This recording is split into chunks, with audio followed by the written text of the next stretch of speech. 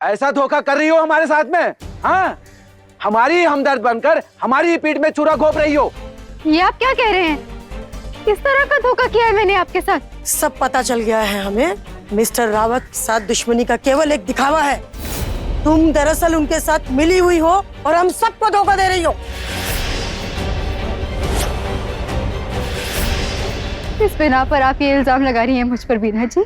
पहला सबूत तो ये है कि कल रात आप सुरेश रावत के घर पे गई थी और आज सुबह बाहर आ रही हो। और दूसरा सबूत ये,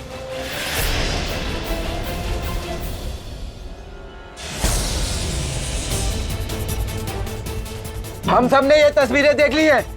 बताओ जरा इस बात का क्या मतलब निकाले? अगर यही सब करना था तो आपने हमारा साथ ही क्यों दिया? आपके दिमाग में क्या चल रहा है बताओगी जरा? देखिए, आप मेरी बात सुनने की कोशिश तो कीजिए। जो आप देख रहे हैं वो सही नहीं है। अरे क्या सुने? फिर कोई नया झूठ, फिर कोई नई कहानी है? आप धोखेबाज हैं। फाल्गुनी पुरोहित, हाय हाय फाल्गुनी पुरोहित, हाय हाय फाल्गुनी पुरोहित, हाय हाय फाल्गुनी पुरोहित। हाय हाय। बंद करो ये बकवास।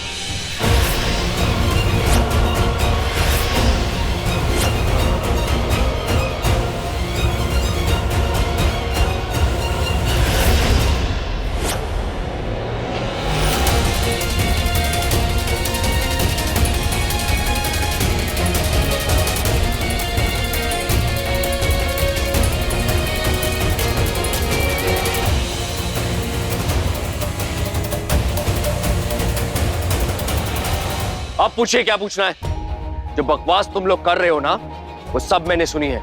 और सच ये है कि उन सवालों के जवाब ना तो मैं देना चाहता हूं और ना ही फाल्गुनी देना चाहती।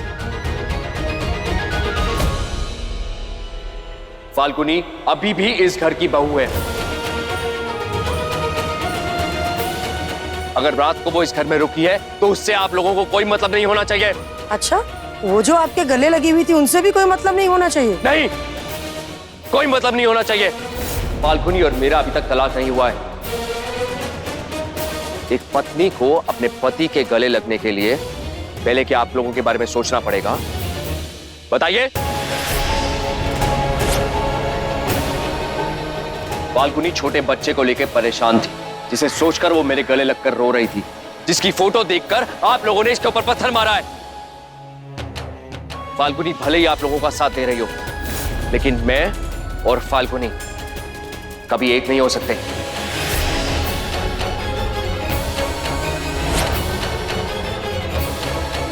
मैं जानता हूं कि वो आप लोगों की तरफ से लड़ रही है। अगर एक कमजोर पल में वो मेरे गले लग गया, इसका मतलब ये नहीं है कि मैं और फाल्गुनी एक हो चुके हैं।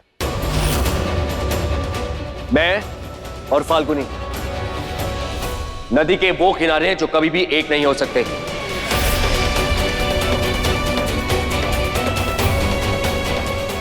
जैसे जमीन और आसमान है, वैसे मैं और फाल्गुनी भी हैं।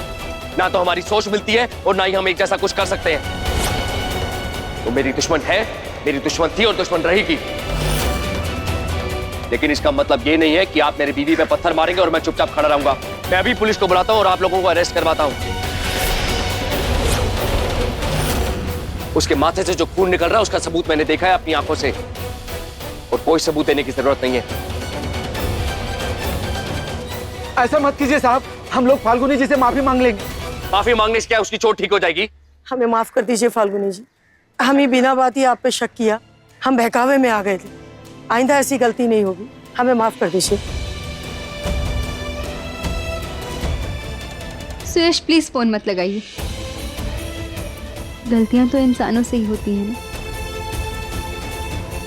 और इंसानियत यही कहती है कि अगर कोई दिल से माफी मांगे तो उसे माफ कर देना चाहिए। आपका बहुत बहुत धन्यवाद फाल्गुनी जी। आप बहुत भली हैं फाल्गुनी जी।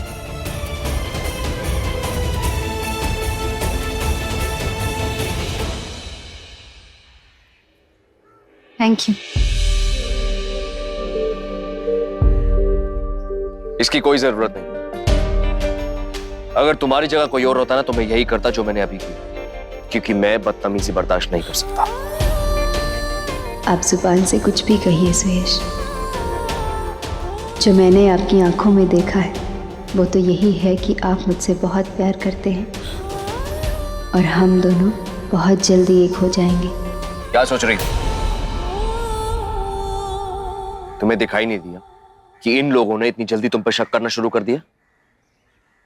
मुझे तो कुछ और ही दिख रहा है।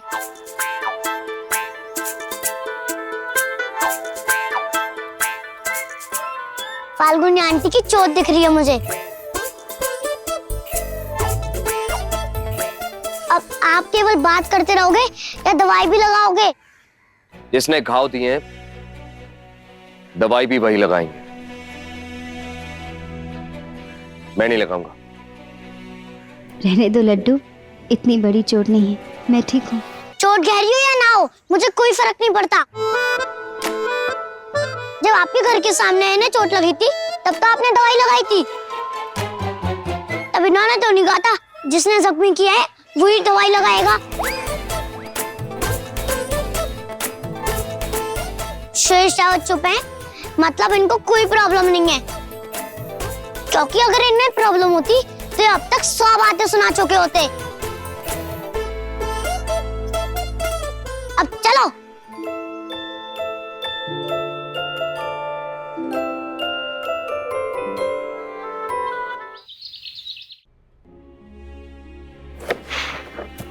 अब तो डर नहीं हो रहा ना? पत्थर से कटा है, सेप्टिक भी हो सकता है, डॉक्टर को बुला लें क्या?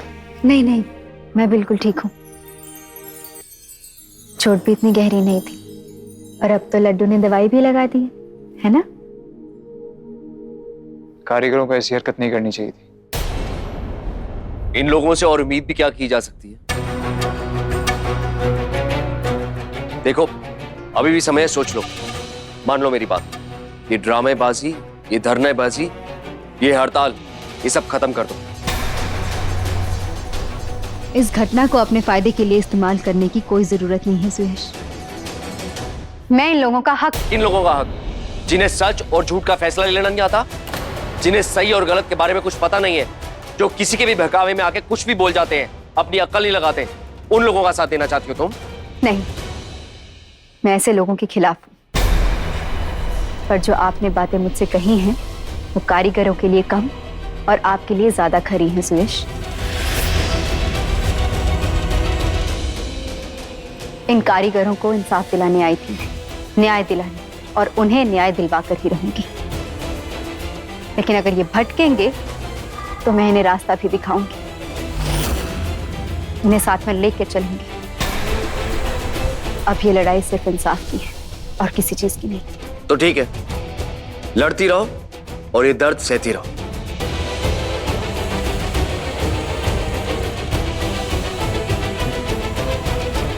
टेंशन मत लो आंटी, अभी शेषावत गुस्से में है। जब मगज ठंडा होगा तो अपने आप मान जाएंगी। इधर आओ, मुझे आपको कुछ दिखाना है।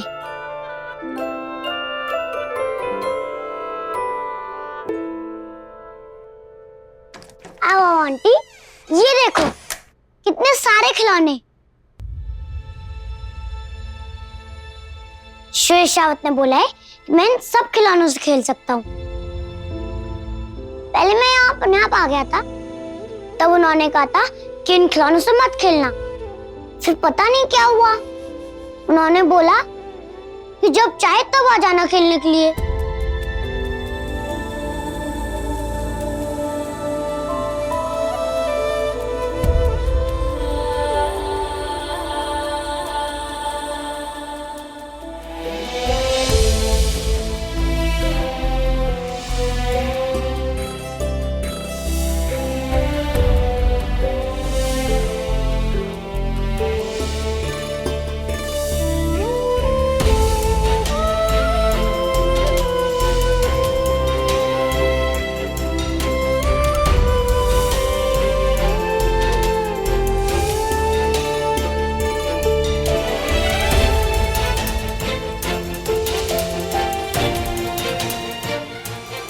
आंटी, इस वाले खिलौनों से खेलते हैं।